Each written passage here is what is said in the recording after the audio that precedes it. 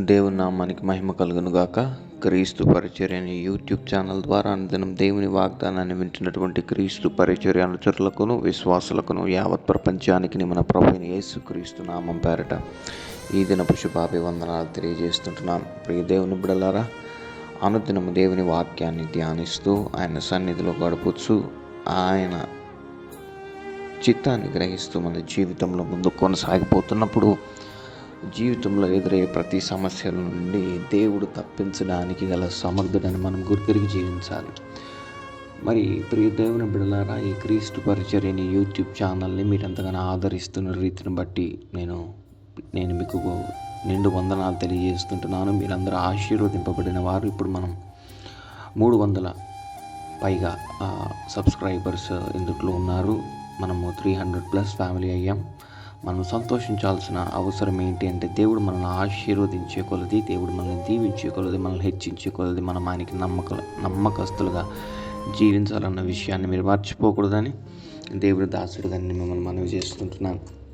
కొన్ని సందర్భాల్లో సాతాను కలిగిస్తున్న అంతరాయాల వల్ల మేము ఈ క్రీస్తు పరిచర్యని అనుదిన వాగ్దానాన్ని అనుకూలమైన సమయంలో పోస్ట్ చేయలేకపోతున్నాం. దాన్ని మీరు గ్రహించి అర్థం చేసుకొని మా కొరకు ప్రార్థన చేయవలసిందిగా ప్రభు నామం పేరట నేను మిమ్మల్ని బ్రతిమలాడుకుంటున్నాను. ప్రియదేవుని బిడ్డలారా, ఈ వాక్యాన్ని మనం కానీ గమనిస్తే చూడండి, మనకున్న ప్రతికూల పరిస్థితులను బట్టి, మనకున్నటువంటి వ్యతిరేకమైన పరిస్థితులను బట్టి హృదయంలో కలుగుతున్నటువంటి ఒక భయాన్ని మనం చూస్తుంటాం. అది ఏ రకమైన సమస్య అయినా సరే, కుటుంబ సమస్యలు కావచ్చు, లేకపోతే వ్యక్తిగతమైనటువంటి పరిస్థితుల్లో చిక్కుకుపోయి బయటికి ఎట్లా రావాలో తెలియని పరిస్థితుల్లో ఉండొచ్చు, అనారోగ్య సంబంధమైన పరిస్థితులు అయి ఉండొచ్చు, ఆర్థిక ఇబ్బందులు అయి ఉండొచ్చు, నానా రకంగా మనల్ని చుట్టుముడుతున్న సమస్యల నుంచి ఏ రకంగా బయటపడాలో తెలియని సందర్భంలో ప్రతి మనిషి మానవుడు ఉండే ఉంటాడు.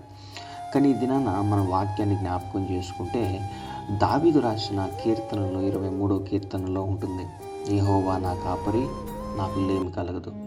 చూడండి, యెహోవా మనకు కాపరిగా ఉన్నప్పుడు, ఆయన మన దేవుడుగా ఉన్నప్పుడు ఖచ్చితంగా మనకు లేమనేది అంటదు. కానీ మనం గుర్తుపెట్టుకోవాల్సింది ఏంటి అంటే, శ్రమలు, నిందలు, అవమానాలు యేసు ప్రభు వారిని సొంత రక్షకుడుగా అంగీకరించినప్పుడు మాత్రమే విపరీతంగా మన మీద దాడి చేస్తాయి. ఎందుకనంటే, దురాత్మ సమూహాలకి నిజ దేవుణ్ణి నమ్ముకోవడం, నిజ దేవుణ్ణి ఆరాధించడం ఎంత మాత్రమే ఇష్టం కాదు. చూడండి, దురాత్మ దాడులు ఎలా ఉంటాయంటే, మనతో పాటు మంచిగా ఉన్న వారిని మనకు విరోధులుగా మార్చి, మనకు శత్రువులుగా మార్చి, మనకు నిద్ర లేకుండా చేస్తుంటాయి.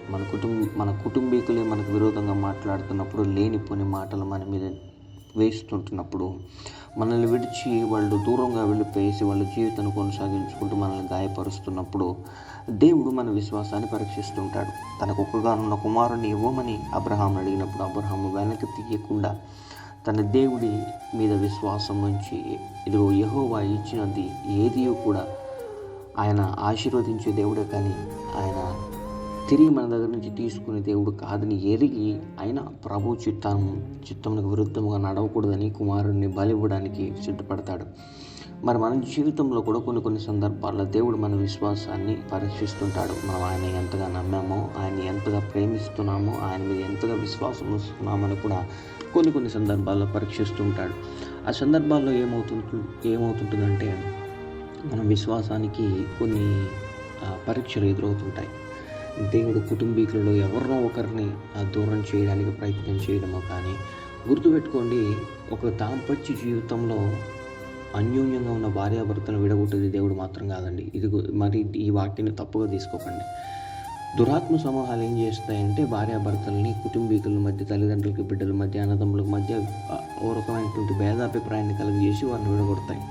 యెహోవా కట్టుటకు వచ్చాడు, నాటుటకు వచ్చాడే కానీ ఇదిగో విరగొట్టడానికి కానీ, ఇదిగో నాశనం చేయడానికి కానీ, ఇదిగో ఆయన బందీగా ఉన్న వారిని చెరసాల్లోంచి విడిపించడానికి కానీ, ఇదిగో ఒక రకమైనటువంటి ఆశీర్వాదాన్ని ఇవ్వడానికి వచ్చాడు కానీ శపించడానికి కానీ, నాశనం చేయడానికి కానీ రాలేదు. ఈ శాపం, నాశనం అనేది అంతా దురాత్మ సమూహాలకి. ఇదిగో వాటి కుట్రలు మన మీద పడుతుంటున్నప్పుడు ఏం చేస్తాయంటే, మనం పాపం చేసినప్పుడు, దేవుడి విరుద్ధంగా నడిచినప్పుడు మన జీవితంలో చేదైన అనుభవాన్ని చూస్తుంటాం. ప్రియ దేవుని బిడ్డ, మనం గమనించవలసిన విషయం ఏంటి అంటే, వాక్యాన్ని మనం క్షుణ్ణంగా అర్థం చేసుకుంటున్నప్పుడు దేవుని లోతైన ప్రేమ మనకు అర్థమవుతుంటుంది. చూడండి, మనం బాగా గమనించినట్లయితే బైబిల్ గ్రంథంలో యేసు ప్రభువుని అతిగా ప్రేమించిన వారు, యేసు ప్రభు కోసం అతిగా ప్రయాసపడిన వారు, వారి ప్రయాస కానివ్వండి, వారి కష్టము కానివ్వండి, వారి ప్రేమ కానివ్వండి వృధా కాలేదండి. గమనించండి, నోవాహును దేవుడు ఏర్పరచుకున్నప్పుడు నోవాహుకు ఒక మాట చెప్పాడు, నేను ఈ భూమి మీద ఉన్న జనాలందరూ నాశనం చేసేస్తాను, నువ్వు నీ బిడ్డలు ఈ భూమి మీద ఉన్నటువంటి సకల విధమైనటువంటి జంతువులు 2 జాతులు నేను తీసుకుని నీ ఓడలో నేను చెప్పు పర్యంతరం వరకు నీ ఓడలోంచి బయట రావడానికి వెళ్ళలేదు. నేను ఈ ప్రాంతాన్ని, ఈ భూమిని మొత్తం నాశనం చేయబోతున్నానని నోవాహుకి చెప్పినప్పుడు నోవాహు అన్నీ చేసి, ఇదిగో మనుషులకి చెప్పడానికి వెళ్ళినప్పుడు మనుషులు అతని మాట నిరాకరించి అతని మీద అపనిందలు వేస్తూ అతన్ని ఎగతాళి చేస్తుంటున్నప్పుడు నోవాహు మనసు నొచ్చుకున్నప్పుడు దేవుడు అంటాడు, నోవాహు వీడు విసర్జించింది నిన్ను కాదు నన్ను, ముందు నువ్వు ఓడ ఎక్కని చెప్పేసి దేవుడు ఆ తలుపు మూసేస్తాడు.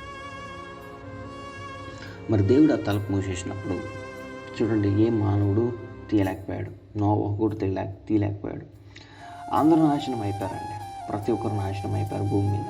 నోవాహు కుటుంబము, ఆ ఓడలో ఉన్న జంతువులు తప్పనిస్తే అన్నీ నాశనం అయిపోయాయి. ఈ దినాన్ని మనం గమనించినట్లయితే దేవుని మాటను నిర్లక్ష్యం చేసే ప్రతి మనిషి కూడా ఒకానొక దినం ముందు భయంకరమైన ఉపద్రవాలను ఎదుర్కొంటాడు. నేను అందుకని అనేక సందర్భాల్లో మీకు చెప్పేది, ప్రార్థనని నిర్లక్ష్యం చేయొద్దు, వాక్యాన్ని నిర్లక్ష్యం చేయొద్దు, దేవుడి సన్నిధిని నిర్లక్ష్యం చేయొద్దు అని. ఎంత కష్టమైనను ఈ వాక్యాన్ని మీకు అందించడం గల కారణం ఏంటి అంటే, కేవలం మీరు క్రీస్తులో బలపడాలన్న ఒక ఆశ తప్పనిస్తే మీ ద్వారా మాకు ఏదో వస్తుందని నాకు ప్రేరేపణ అయితే మాకు కలగలేదు కూడా. ఎందుకంటే ప్రభు మమ్మల్ని ఆ పిలుపుతో పిలవలేదండి, కేవలం సువార్త ప్రకటించడానికి మాత్రమే పిలిచాడు. మేము నమ్మకస్తులుగానే పని చేస్తున్నప్పుడు మీరు కూడా నమ్మకంగా, విశ్వాసులుగా ఈ సేవలో ఎదుగుచు మీరు ఆశీర్వదింపబడాలన్నదే మా కోరిక. మరి ప్రియ దేవుని బిడ్డలారా గమనించండి, కష్టం అనేది, లేమనేది ఒక సీజన్లా మన జీవితంలోకి వస్తుంది. ఇవన్నీ వెళ్ళిపోవాలి అని అంటే దేవుని యొక్క మనం నమ్మకంగా జీవించాలి. చూడండి, అప్పటి వరకు అన్యాయంగా కలెక్ట్ చేసినటువంటి ప్రతి సొమ్ముని, యేసు ప్రభు వారిని కలవనంత వరకు అన్యాయంగా కలెక్ట్ చేసిన ప్రతి సొమ్ముని తన దగ్గర దాచుకున్నాడు పొట్టి జక్కయ్య. యేసు ప్రభు వారు ఆ దారి గుండా వెళ్తున్నాడని గుర్తిరిగి ఆయన చూడాలని చెప్పి చెట్టెక్కిన జక్కయ్య కుటుంబాన్ని దర్శించిన నీ దేవుడు ఈ దినాన్ని కుటుంబాన్ని దర్శిస్తున్నాడు. చూడండి, నువ్వు ఏదైనటువంటి పరిస్థితుల్లో ఇరుక్కుపోయి ఇంకా నీ హృదయం నలిగిపోతూ, లేదా ఏదైనా ఒక అతిక్రమం దేవుడి దగ్గర దాచిపెట్టి, అన్యాయంగా చేసిన ఏదైనా ఒక పరిస్థితిని దాచిపెట్టి దేవుడు నువ్వు ఒప్పుకోకపోతే దేవుడు ఏం చేస్తాడు అని అంటే, నిన్ను శిక్షించడానికి ఆయనకి పెద్ద సమయం పట్టదు, కానీ నీ హృదయం గుర్తులాగా నీ హృదయంతో మాట్లాడతాడు. జక్కయ్య హృదయం తెరవబడిందని గల కారణం యేసయ్య ఆయన జక్కయ్య ఇంట్లో ప్రవేశించాడు. నేను నీతో కూడా భోజనం చేయబోతున్నానని జక్కయ్యతో చెప్పాడు. ఇది నేను జక్కయ్యతో మాట్లాడిన దేవుడు నీతో మాట్లాడుతున్నాడు. ఆయన నీ ఇంటికి రావాలనుకుంటున్నాడు. నీ ఇంటికంటే హృదయం ఆయన స్థానంలోకి ఆయన రావాలనుకుంటున్నాడు. మరి దేవుడికి స్థానం ఇస్తున్నావు నీ హృదయంలో? లోక ఆశలు వంటి, డబ్బు ఆశలు వంటి, శరీర ఆశలు వంటి సకల విధములైనటువంటి లోకాశలు నీ హృదయంలో ఉన్నాయేమో. అందుకే ఇప్పుడు మారాలాంటి చేదైన అనుభవం అనుభవిస్తున్నామేమో. యేసు ప్రభు ఉండవలసిన స్థానంలో, నీ దేవుడు ఉండవలసిన స్థానంలో ఆయనకు కాకుండా ఇంకెవరికైనా చోటు ఇచ్చావేమో.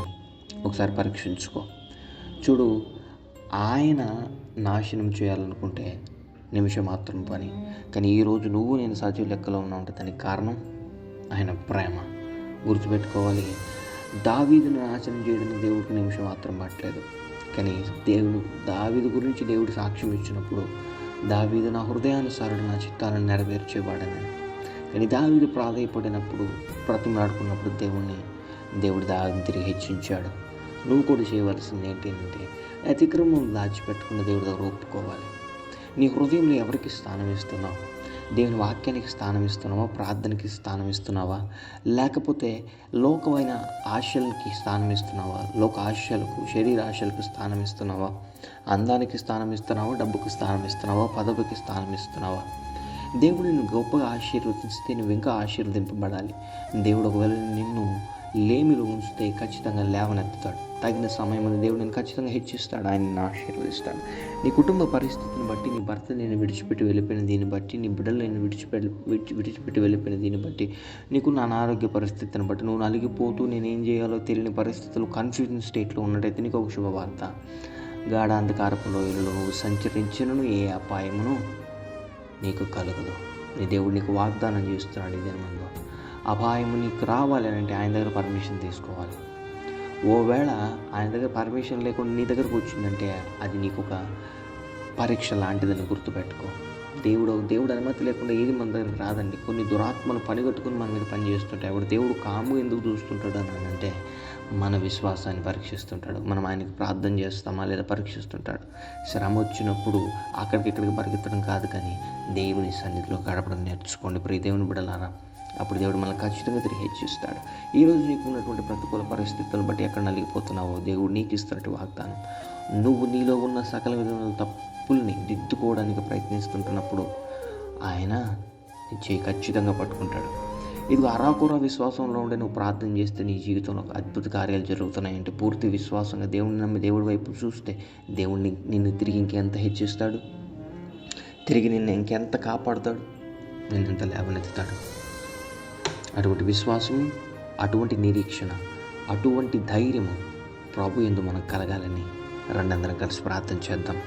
పరిశుద్ధుడా, ప్రేమ కలిగిన నాయన, జీవము కలిగిన తండ్రి, నీ ఘనమైన శ్రేష్టమైన నామానికి స్తుతులు, స్తోత్రాలు, వందనాలు. ఈ అనుదిన వాగ్దానాన్ని వింటున్నటువంటి ప్రతి బిడ్డలను ఆశీర్వదించండి. ఎంతమంది అయితే ఈ వాగ్దానాన్ని స్వీకరిస్తున్నారో బిడ్డల జీవితాలను మెరుగుపరచమని ప్రార్థిస్తున్నాం. బిడ్డల జీవితంలో ఉన్నటువంటి సకల విధములైనటువంటి కష్టములు యేసు నామములో లయపరచండి. ఇదిగో భార్యలను విడిచిపెట్టిపోయి వెళ్ళిపోయిన భర్తలు మారు మనసు పొందుకొని తిరిగి వారి గృహాలకు వచ్చుదురుగాక, వారి బిడ్డలతో సంతోషంగా జీవించుదురుగాక. అనారోగ్య పరిస్థితుల్లో ఇదిగో స్త్రీలు బిడ్డలు ఎంతమంది అయితే బాధపడుతుంటున్నారో వారికి పరిపూర్ణమైన స్వస్థత ఇప్పుడే కలుగునుగాక.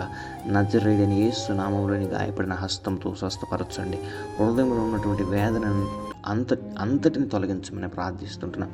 ఉద్యోగులేమితో బాధపడుతున్న బిడ్డలకి మంచి ఉద్యోగాలను అనుగ్రహించండి.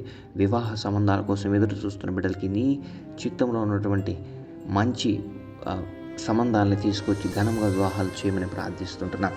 మరి అదే రకంగా చదువుకుంటున్న బిడ్డలకి మంచి జ్ఞానాన్ని అనుగ్రహించి ఉత్తీర్ణతమైన స్థాయిలో నిలబెట్టండి. మరి నాయన నీ సేవల ఆటంకాలను ఎదుర్కొంటున్నటువంటి సకల విధమైనటువంటి బిడ్డలకి బలాన్ని, ధైర్యాన్ని అనుగ్రహించి ఇంకా నీ కోసం బలముగా సేవ చేయడానికి ఆ బిడ్డలను ఆయుక్తపరచమని ప్రార్థిస్తుంటున్నాం.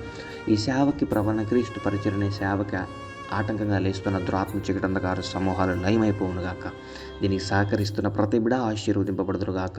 ఎంతమంది అయితే ప్రభాని ఈ వీడియోస్ని లైక్ చేస్తున్నారో, అనేక మందితో షేర్ చేస్తున్నారో, కామెంట్ చేస్తున్నారో ఆ బిడ్డలో ఉన్నటువంటి సకల విధమైనటువంటి పరిస్థితులను నీవు దూరపరిచి ఆశీర్వదించమని ప్రార్థిస్తుంటున్నాం. ఆ బిడ్డల కుటుంబాలను 1000 తరముల వరకు ఆశీర్వాదాలకు కర్తలుగా మార్చమని ప్రార్థిస్తున్నాం. ఈ ప్రభాని ఈ దినమందు ప్రయాణ మార్గంలో బయలుదేరి వెళ్తుంటున్న సకల విధములైన బిడ్డలకి సురక్షితమైన ప్రయాణ మార్గాన్ని అనుగ్రహించండి. ఎటువంటి అపాయకరమైన ప్రవరణ పరిస్థితులు బిడ్డలు కలగకుండా కాపాడండి. విధవరాళ్ళకి నీవే తోడుగా నడిపించండి. అనాథులని నీవే ఆదరించమని ప్రార్థిస్తుంటున్నాం. నీ కృపలో నీ ప్రేమలో తృప్తిపరిచి బిడ్డలందరినీ ఆశీర్వదించి గొప్ప స్థాయిలో ఉంచమని ఈ దిన వాగ్దానాన్ని ఎంతమంది అయితే స్వీకరిస్తున్నారో బిడ్డల జీవితాలకు ఆశ్చర్య కార్యాలు దయచేయండి. అద్భుత కార్యాలను చూపించమని ప్రార్థిస్తున్నాం. విదేశాల్లో ఉంటూ ప్రవరణి అనుదిన వాగ్దానాన్ని మించిన మా ప్రియ బిడ్డల కుటుంబాన్ని దర్శించి కాపాడి బిడ్డలు ఉన్నత స్థాయిలో ఆశీర్వదించి నడిపించమని, విదేశయానం కోసం ప్రయత్నం చేస్తున్న ప్రతి బిడ్డలకి వీసా ప్రాబ్లమ్స్ లేకుండా నిశ్చితమైతే వారు కోరుకున్న రేపు నడిపించండి. మరి విదేశాల్లో నుండి భారతదేశానికి రావాలని ప్రయత్నిస్తున్న ప్రతి బిడ్డలకి ఆటంకం కలిగిస్తున్న దురాత్మ చీకటి అంధకార సమూహాలు లయమైపోయి వారి కుటుంబాలతో సైతం నిశ్చించలాగిన బిడ్డలను కాపాడమని ప్రార్థిస్తుంటున్నారు. ఈ ప్రార్థనను ఆలకించి మాకు సహాయం చేస్తున్న దేవా నీకే స్తోత్రాచరిస్తూ యేసయ్య అతి పరిశుద్ధమైన నామమున ఈ ప్రార్థన విన్నపం అడిగి పొందుకున్నాం మా ప్రియ పరలోకపు తండ్రి. Amen, amen, amen.